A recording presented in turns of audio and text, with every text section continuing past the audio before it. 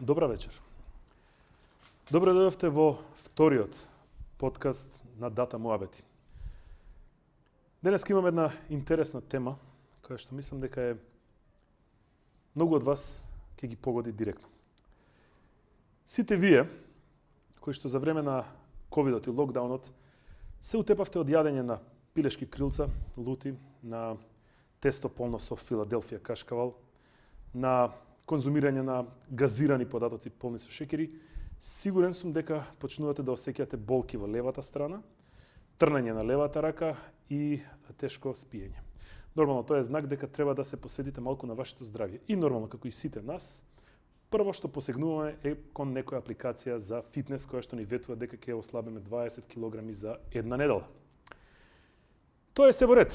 Можеби нема да ослабиме 10 кг, односно 20 кг, но ќе ослабиме 18. Но, една многу интересна работа се случува кога ќе инсталираме таа апликација. Таа апликација не прашува и ни бара пристап до нашите фотографии, нашата веб камера, нашиот микрофон на мобилниот, GPS позиционирањето, бројот на патики, матичен телефон ни бара можеби солзи од девици или пот од енороси. И никој од нас не знае точно каде одат сите тие работи, освен можеби солзите од девиците. Да. Затоа, во таа насока, денеска имам чест да ви го представам Филип Петровски, кој што е дата архитект. Да ни објасни малку повеќе за каде одат тие податоци, што е Big Data, како се користи, кој ја користи и дали можеме да веруваме. Здраво, Филип, добре дојде. За солзите ќе треба да се фокусирам. Па добро, солзите... За се комплет. Солзите и потта од Unicorn се една ретка работа која што не би сакал на секој да се дава. Добре. Кажи ми, да почеток ти си дата архитект. Да. Кажи ми, каде дипломираше на Градежен, тоа мислам дека се учи. Во ГУЦ прво, па после тоа се во на Градежен. На шумарски архитект Да. има? Не знаев. Добро, значи таму имало дата архитект. Се шалам. Повели, кажи ми, ме интересира прво Big Data, од каде доаѓа тоа име?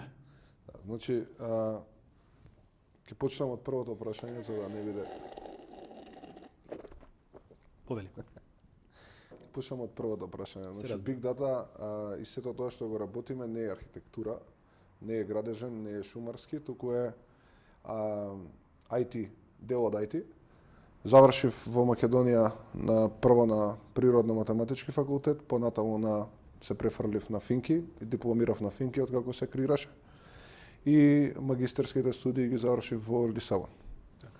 Каде што се фокусирав на information management, односно конкретно на data science, business intelligence и Big Data, што е денешната тема. Значи, да не се разбереме погрешно. Ти си сепак IT човек, така не е муавет само бизнис, само планирање, туку баш ти програмер, девелопер. IT. Има дел од IT кој што не е само програмирање, тоа е ова што ние го работиме. Потребно е интегрирано знаење, потребно е да се фати и бизнис страната и математиката. Значи, во тоа време ПМФ нудеше одлична програма. Јас кога се запишував, бидејќи беше повеќе фокусирана на математика и затоа се одлучив за ПМФ. Целата област Data Science е спој помеѓу IT, математика, односно статистика и бизнес, односно доменско знаење. Така, тоа ни го објасни и Мартина минатиот пат во нашиот прв дата подкаст, која што исто така беше тука во овој наш дата дом. Конкретно ме интересира, Big Data. Да. Што е точно Big Data? Зошто луѓето се исплашени од Big Data? Зошто се плашат сите кога ќе се каже Big Data? Не е Big Brother, што е во прашање? Па не мислам дека се плашат.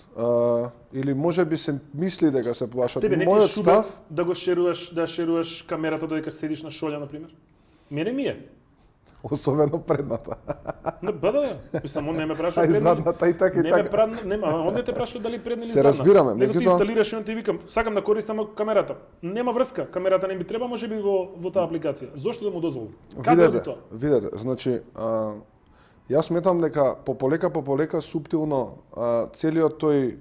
целото тоа користење на податоците, односно тоа што го дефинираме тука како Big Data, е нешто што ни станува дел од секојдневието. И јас лично не можам да се замислам да уклучам, да отворам во моментов YouTube без да бидам логиран. Поради тоа што навикнат сум дека YouTube го знае моите барања, моите интереси, знам дека кога ќе заврши песната ќе се уклучи друга, кое што сакам да ја слушам, така што на YouTube сум му дал дозвола да ги користи моите податоци, за да мене ми биде подобро и за да јас не морам да кликам на секој 3 минути да кажам која песна ја сакам. Во случајот на апликацијата за трчање која што ја зборевме, точно е дека на самиот мобилен му треба, на самата апликација се потребни податоци за да се потребни тие пермисии за да може да функционира. Мораме да кажеме каде се наоѓаме, значи мораме да дадеме можност за да истата не прати, бидејќи ако не прати ќе ни каже колку време, да. Јасно, мислам, знаеме како функционира, нели, спортска апликација. Мене ме интересира, можеме ли да веруваме што се случува со тие податоци? Компанијата која што ги зема тие работи вика дека ќе ги искористи само за целите за кои што ние сме, нели, отвараме таа апликација. Може тие да се продадат? Може тие да се шеруваат нелегално? Што се случува тука? Видете, секогаш може да има пример, да има таков пример. Секогаш конкретно апликациите кои што ги користиме, гледаме да бидат апликации кои што ги користат повеќе луѓе. Значи јас не би симнал никогаш апликација што има 100 или 1000 симнувања. Не би знаел на кој ги давам податоците. Меѓутоа самите компании се издигаат на едно ниво каде што се стекнува одредена доверба во нив за да ги дадат податоците. Facebook, ние не знаеме дали Facebook игра ги дава податоците на безбедносни компании, меѓутоа сепак секој ден по 2 сата, 3 сата, 5 сата сме на Facebook. Не знаеме дали Google ги дава. Владинава по 5 сата на Facebook. Да боле. Јас сум 7, ама не е битно. Да. Од аспект на Google, ние не знаеме Google каде ги дава податоците, меѓутоа сепак најмногу луѓе користат Google Chrome. Така што затоа и кажав, не знам дали луѓето се исплашени, бидејќи не изгледа така. Луѓето ги даваат податоците, бидејќи назад се добива нешто кое што е се повеќе и повеќе станува тренд во маркетингот, а тоа е да се таргетираат правите луѓе со правите интереси за клиентите. Значи веќе стануваат овие податоци дефинитивно се продаваат, можеби не се продаваат директно, но се продаваат индиректно бидејќи се користат како средство за правилно таргетирање и како што мене може да ме таргетира,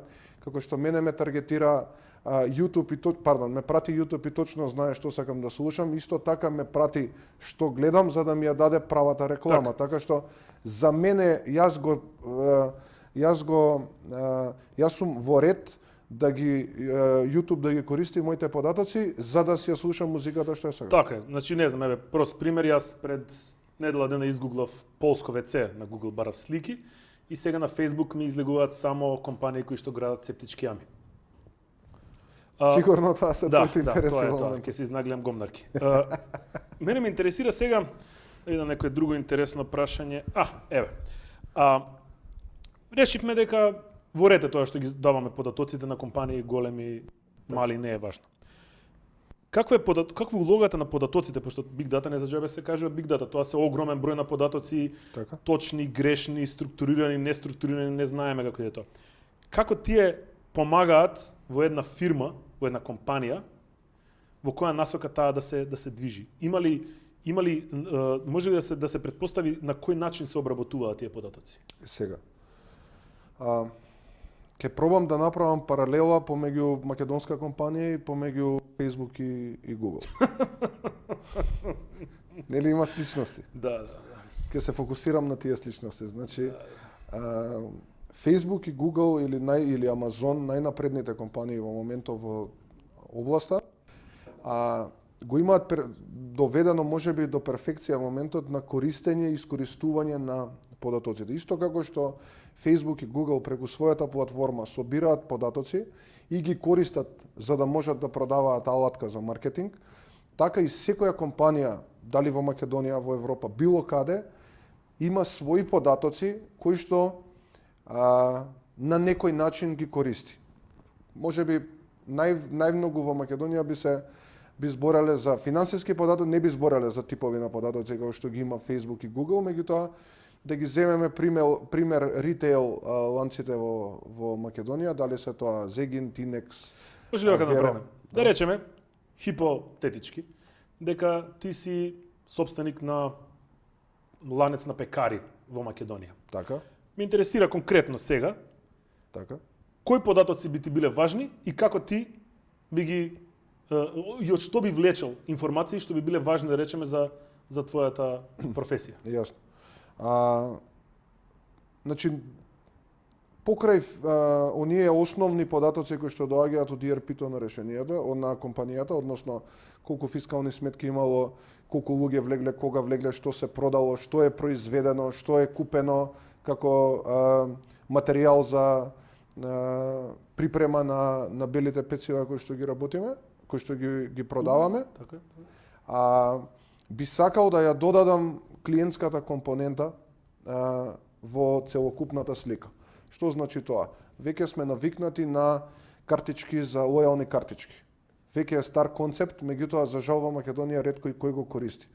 Ако правилно се искористи клиентскиот концепт со таа лојална картичка, ние нема да добиваме на Вибер, мене многу пати ми се случува од многу ритейл ланци во Македонија да добиам безсмислена порака за нешто што воопшто не ме интересира. Мене ми стигна дека да отидам за презентација на Фигар во Сити Мол од една продавница, ланец на продавници, и јас да знаете дека отидов. И не ми го дада Фигарот. Извини, повели. Така што сметам дека во клиентската компонента, односно во клиентските податоци, лежи реалното богатство на компанијата, бидејќи кога ќе се додаде контекстот на тоа што е продадено и кога е продадено, кога ќе се додаде клиентот, не како име, презиме, матичен број, лични податоци, туку како возраст, каде живее, дали е блиску до пекарата, не е блиску Behavior, до... што викаат, како се однесува така, однесувањето тој... на клиентот, би можеле да дознаеме многу повеќе за својот бизнис и за тоа кој нас реално не перцепира или не перцепира. Ние, пример, како Data Masters, пробуваме тоа со академиите да го правиме и да анализираме каде имаме добри резултати и кој тип на слушатели, за кој тип на слушатели сме интересни и дали нашата визија да го споделиме знаењето исполнета или пак таргетираме или не сме популарни кај комплетно различна публика од тоа што се нашите интереси. Добро, ме интересира ако дека вашата пекара до завчера работела со Excel, претпоставувам. Работата во Excel, знаеме, и минатиот пат не спомна Мартина, дека е прилично макотрпна работа, особено за луѓе кои што не се толку вични во Точно. Спојување на табели, спојување на поврзување на различни документи, формули правење и така натаму и така натаму. Што се случува конкретно, да речеме, со вашата пекара која што сака одеднаш од Excel да помине на еден малце пософистициран начин и визуализација на податоците? Значи, Excelот е прво најдобрата алатка која што може да се види како најбрзо решение за тоа како можам да ги анализирам своите податоци. И Excel е и најлогичниот прв чекор, бидејќи малтене и бесплатно можеме да го користиме. Секој има за $5 сега Office, може да или за 10, може да го гледа, може да симне Excel и да користи, или на Google може да направи мејл и да користи спредшит. Значи, Excel како Excel е првиот и најдобар чекор. Меѓутоа, кога ние би сакале како ланец на пекари да ги едноставно да ги анализираме малку повеќе податоците, тоа не може да опстане во Excel, бидејќи се повеќе и повеќе ќе ни се зголемува волуменот на податоци. Нема збориме за big data проблем од типот на Google, дека толку податоци ќе имаме, меѓутоа колку повеќе и подетално сакаме да ги анализираме податоците и колку повеќе аспекти сакаме да фатиме во процесот на анализа, толку повеќе податоци треба да чуваме. Excel има своји лимити и не е баш френдли за анализа на поголеми податоци. За почеток ќе заврши работа, меѓутоа доколку сакаме нешто покомплексно, нема да заврши работа. Затоа се градат аналитички решенија или се преоѓа во инвестиција према аналитичко решение, дали е тоа data warehouse, data lake, во зависност од потребите, и истите се користат за понатамошна анализа.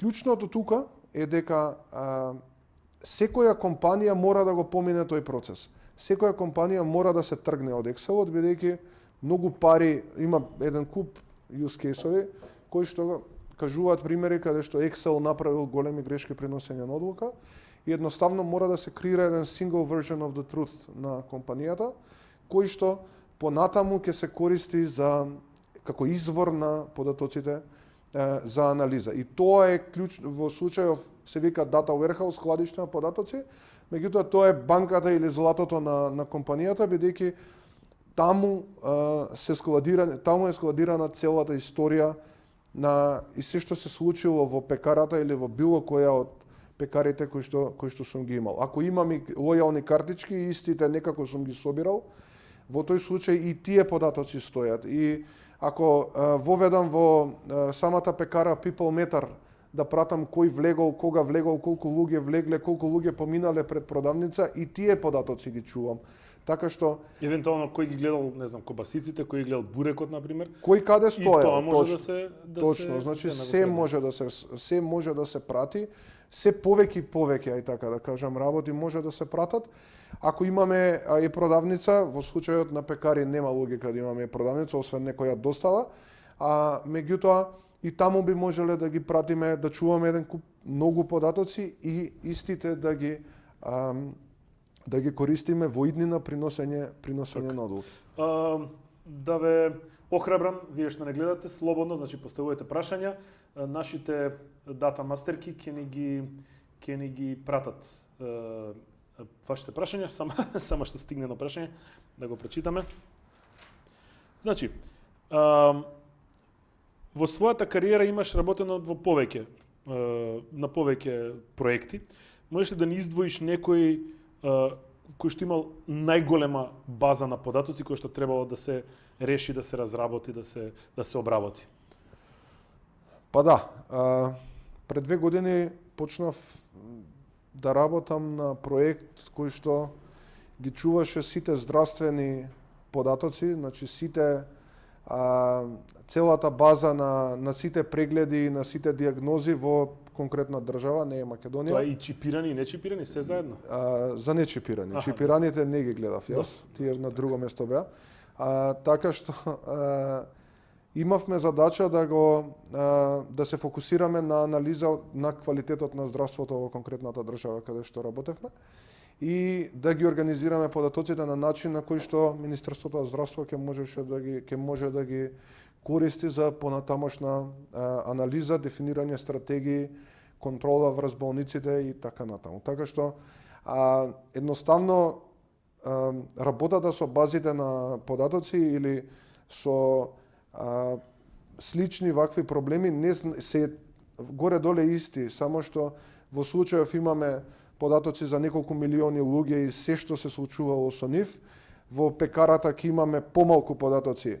Меѓутоа истиот тип на анализа можеме да го направиме или истите чекори се користат при изработка на едно такво решение. Тоа ми беше и следното прашање, дали Big Data, собирањето на податоци, односно конкретно анализата на податоци длабинска, се обврзува само на големи, гранде компании или може тоа да се аплицира и на помали стартапи, да речеме, малецки фирмички? Значи, Big Data концепт Big Data концепти се мисли на третирање на огромни податоци. Значи нема small data?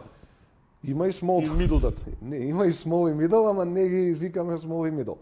Big Data концептот се мисли на се адресираат компании кои што имаат огромни сетови на податоци, тоа не е ниту за Excel, ниту приближно за Excel, туку се работи за компании кои што, без разлика дали се големи компаниите или мали, апликацијата која што си ја симнал може да има и двајца вработени, а да има 1 милион корисници и да собира многу податоци, значи се работи за концепт кој што третира многу податоци. Идејата тука е дека податоците се користат за една иста причина, а тоа е за да може да се спознаат клиентите кои што ги имаме, да се спознае behaviorот или однесувањето на клиентите, на корисниците на апликацијата, што кликаат, што не кликаат, што е популарно во апликацијата, што не е. Во случајот на пекарите, кои продукти ми се популарни, кои не ми се, кои продавачки повеќе продаваат и така натаму, или продавачи.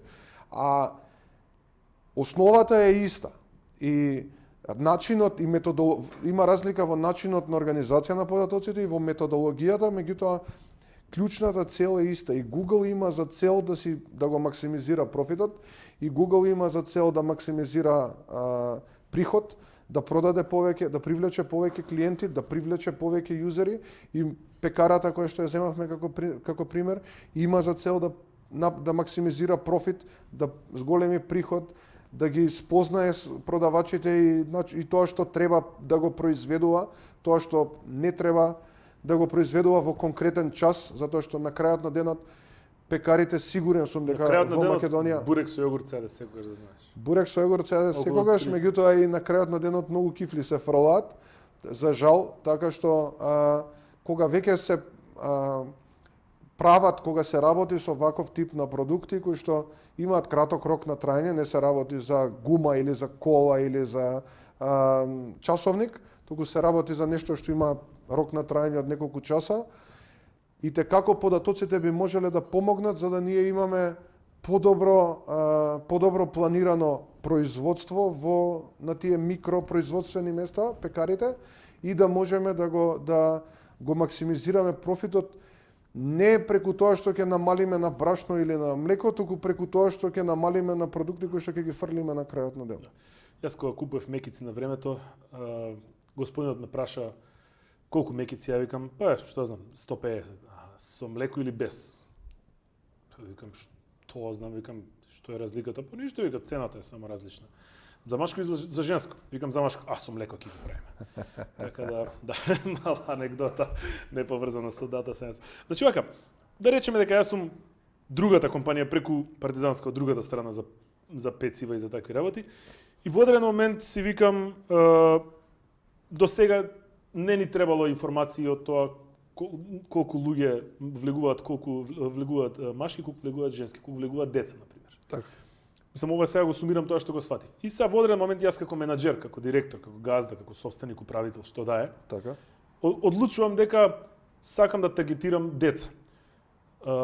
Со мали кифли за голем одмор, не знам, со јогурчиња мали и така натаму, така натаму.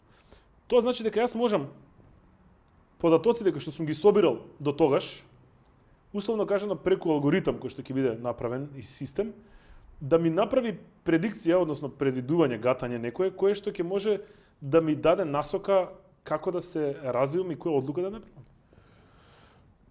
Па ќе може да ви го автоматизира процесот на одлучување колку кифли треба да направите во колку часот.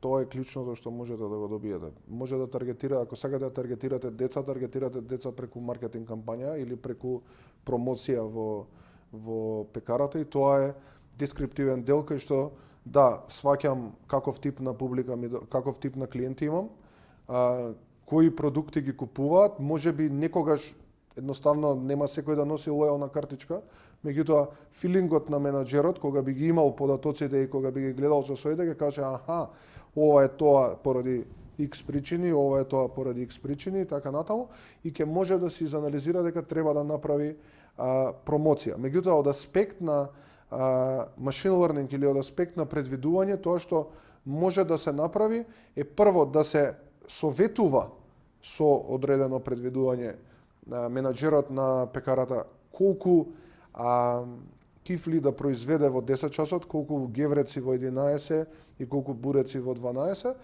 Меѓутоа, може да се отиде и до таму, и тоа го прават, и пак ќе се вратам на Facebook, на Google, на Amazon и така натаму. Може да се да се автоматизира процесот на одлука. Ние позади Facebook или позади YouTube, нема човек кој што некаде седи има 500 кинези. и 500 кинези би бе. Нема 500 кинези. Значи нема 500 кинези кои што Поише се знам да. така, кои што после мојата песна знаат ја што сакам. Туку е алгоритам кој што базирано на мојот профил одлучува која наредна песна ќе ми ја После твојата или песна секогаш иде нарачка алкохол една чаша нова. Да. Така е. Така да истото би било и во пекарата, истото би било и на било кое друго место. Значи првиот чекор е да ги разбереме податоците што е можно повеќе.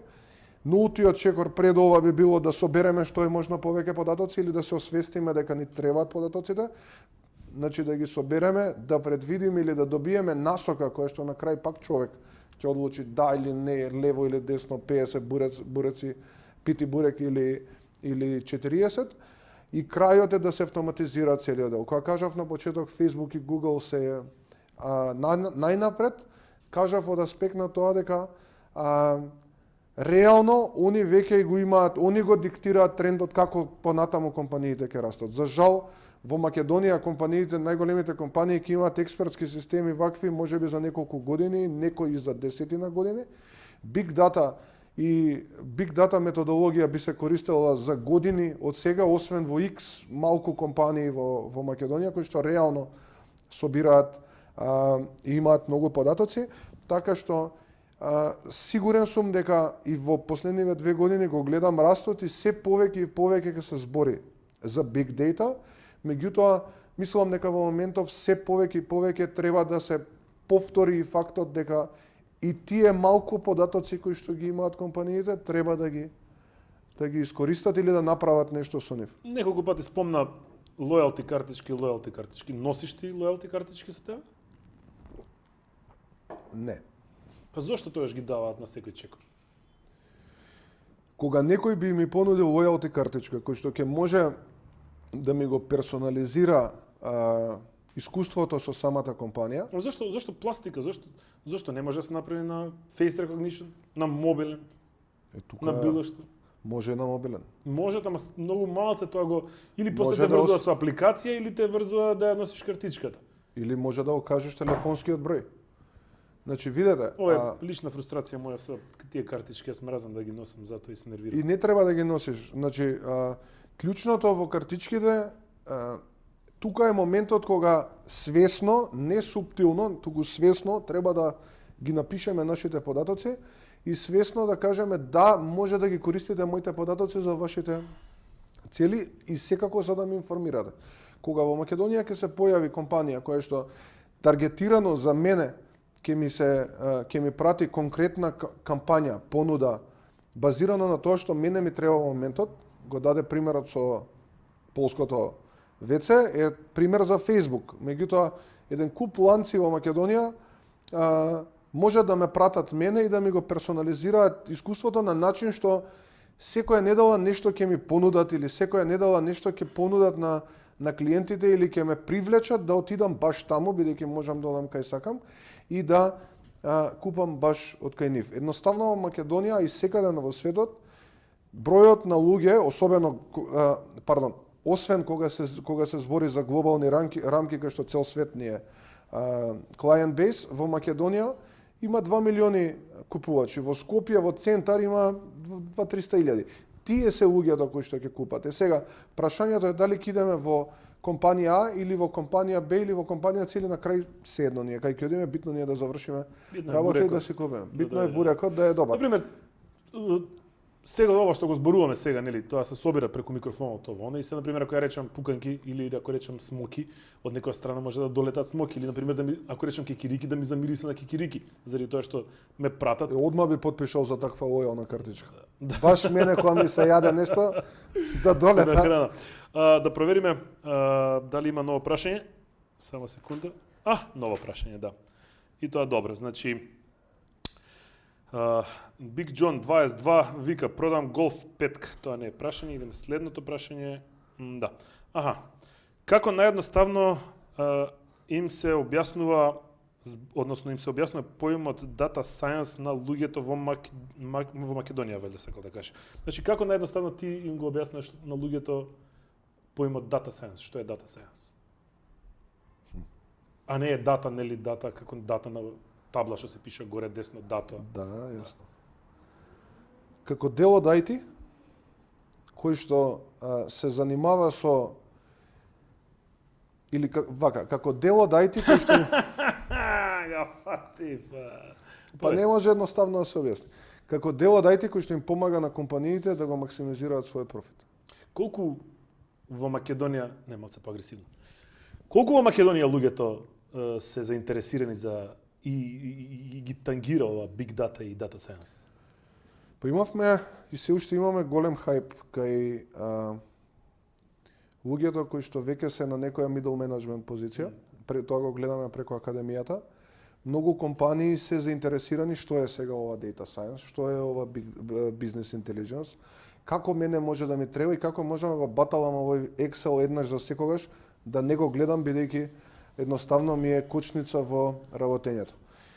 Луѓето стануваат свесни дека истите тие кои што се на менеджмент позиција или одредени аналитичари, кои што имаат најголемо познавање од бизнисот, знаат да направат добра анализа и кои што едноставно можат да допринесат многу за компанијата, го трошат своето време во мануелно копирање, copy-paste на Excel. И затоа целата област почнува од тука, меѓутоа понатаму е прашањето и како можам да предвидам, како можам податоците да ги искористам за да донесам одредена одлука. Се повеќе и повеќе компании се заинтересирани, се повеќе и повеќе компании се спремни да навлезат на некој начин во самата област. За жал, сето ова што го работиме не е проект од 2 недели или не е нешто што можеме да го продаваме во продавница како продукт, туку е спој помеѓу консалтинг и имплементација. Ние не продаваме BI решение продава Microsoft, продава Oracle, има open source решенија, меѓутоа ние сме тие кои што ги доближуваме и ги средуваме податоците, така е, го разбираме бизнисот и базирано на тоа ги носиме податоците поблиску до менаџерите и до оние кои што носат одлуки. Побрзо и поавтоматизирано отколку copy-paste во Excel да прават или да спојуваат многу Excel.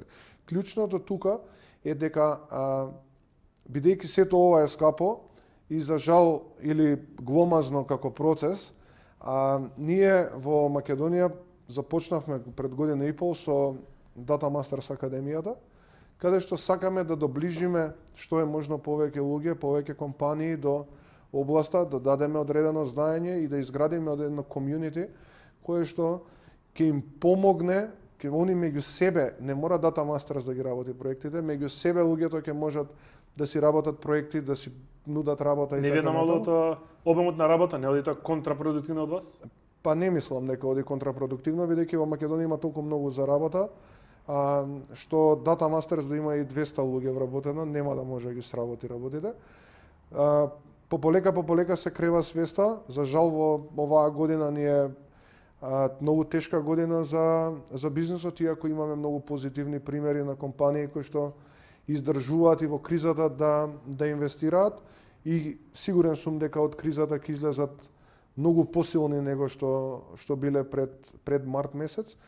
Меѓутоа за тие кои што се помали и за тие кои што се уште не знаат како или име сето ова премногу за инвестиција, преку академијата која што почнува во декември, нудиме посебен модул, do it yourself модул, каде што нашето консултантско искуство го нудиме, го преточивме во една програма која што е иницијално базирана на тоа што го учев како програма во Португалија, но практично базирано на се пратат сите чекори кои што ги правиме во еден проект и дополнително имаме тој do it yourself модул е фокусиран на нудење на менторски часови на компаниите, каде што истите ќе учат и ќе работат на својот проблем. На крајот нудиме со ова сме мислам дека прва академија, доколку сум грешка се извинувам, прва академија во Македонија која што го гарантира резултатот. Значи на крајот на академијата не само што имаме образован слушател во областа, туку истиот има конкретен продукт што ќе го даде на компанијата, ќе биде пуштен во продукција, ќе може да го одржува и на крај ќе може да го надгради. Најевтин начин за да малите и средни предпријатија во Македонија можат да напреднат во оваа област. И тука воопшто не сметаме дека креираме конкуренција, дури ги мотивираме луѓето кои што имаат одредено искуство позади себе аналитичко и сакаат да направат промена во кариерата, да дојдат, да ја поминат академијата и самите да станат консултанти. Можеби ќе соработуваме во иднина на проекти за да едноставно направиме максимум Македонија да се подигне. Јас во Португалија, за жал, за жал е покасно, кога одев на состаноци, повеќе зборевме за концепти, повеќе зборевме за тоа како ќе биде решен проблемот, отколку што е бизнес интелидженс, биг дата и дейта сајенс. Малку сме прво мораш да ги едуцираш, да направиш пазар, за жал малце сме поназад и даваме максимум, тоа ни е мисијата во Македонија, даваме максимум за да го креираме пазарот на некој начин. И на крајот на денот и не мораме во Македонија да работиме проекти ако има доволно луѓе кои што ќе можат да ги работат, да го адресираат и да направат своја услуга или свој сервисен продукт кој што ќе го понудат на компаниите. Времето на гази, надвор што туку не се разденило, така што ќе мора и ние да привршуваме.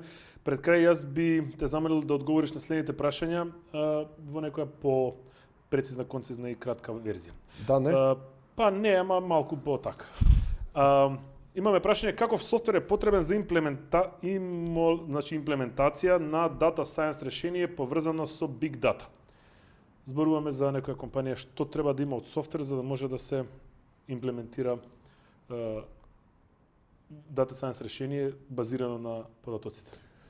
Така, значи многу е општо прашањето. Ќе пробам да дадам генерален одговор. Значи, како што кажав и претходно, Data Masters е само компанија која што ја прави анализата, го прави консалтингот и имплементацијата на веќе постоечки продукт кој што се занимава со интеграција на податоци, чување на податоци, пример база на податоци или Data Lake и алатка која што служи за визуализација и анализа на податоците. Има еден куп алатки и не би сакал да фаворизирам некоја конкретно, бидејќи технологи агностик компанија сме и можеме да работиме и со Oracle, и со Microsoft, и со било која друга алатка. Од аспект на Big Data исто така имаме поширок аспект на познавање. Data Science работиме во Python и најчесто, ќе го кажам најчесто што работиме, значи најчесто користиме Microsoft продукти. Тоа се Azure, SQL Server, Python во SQL Server и Power BI на крајот на денот. Меѓутоа, тоа е во моментов тоа е латката која што најмногу ги ја користиме. Голем ли трошок е за компанија да се софтверски да се оспособи? Видете, не е играчка да се има толку податоци, мора некаде да се чуваат. Тие податоци не може да се чуваат на обичен компјутер или на да се стикче. чуваат на стикче. Да. Туку мора да се инвестира, кога збориме за многу податоци, и големо стикче не е доволно, мора да се, кога збориме за огромно множество на податоци, истите мора да се чуваат на сериозни машини или пак на клауд. За жал во Македонија клаудот е се уште баук тема, и пополека и на тоа работиме да се прифати како поевтина опција него ли да купам хардвер, железо, машина. Од една страна, а од друга страна, кога компанијата не е огромна и не бара и почнува, инвестицијата не е голема. Пример ќе кажам за Power BI, $10 е по човек месечно, 500 денари, 510 денари, за да можат да користат ултра моќна алатка за визуализација на своите податоци, кој што може директно да се поврзе со Excel, директно да се поврзе со база или каде и да им се податоците и да податоците да се ги визуализира и анализира. Клучното тука е дека доколку имаме мало множество на податоци или доколку се почнува, инвестицијата не е голема. Меѓутоа, не би било окей да кажам дека големите компании немаат огромни трошоци за хардвер или за клауд, поради тоа што процесирачката моќ на ваквите модели или потребна за да се користат овие податоци е огромна. Само ќе дадам уште еден пример. Зашто сметам дека самите big data, самиот факт што ние ги даваме податоците не е некој проблем, поради тоа што прво има толку многу податоци што освен ако не се таргетира да се прати Филип или Гораст, се гледа големата слика и се гледаат Филип и Гораст како некои точки во универзумот кои што нешто прават и нас не интересира колку други точки има такви кои што се како Филип или како Гораст. А кога збориме за анализа на тие податоци, потребни се огромни многу јаки машини кои што можат сето тоа да го обработат. Сега за сега технологијата со особено клаудот веќе може поевтино да ги даде процесирачка моќ, меѓутоа пак не збориме за милиарди податоци, туку збориме за податоците на една просечна македонска компанија која што е во топ 10 компании во земјата, да речем. Добро. На крај, имаме уште едно ново прашање. Стигна од Марија, но не сум сигурен дали е грешка, дали е стварно, можеби ти ќе го разбереш.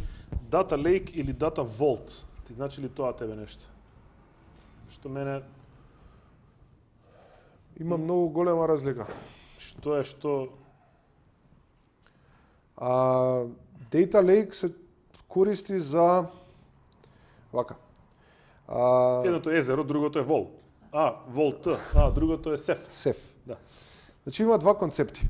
Едниот концепт е Data Warehouse, другиот концепт е Data Lake. Data Warehouse се користи за податоци кои што треба да бидат isпроцесирани, интегрирани, искорелирани и спремни за понатамошна анализа, меѓутоа е релациона база на податоци.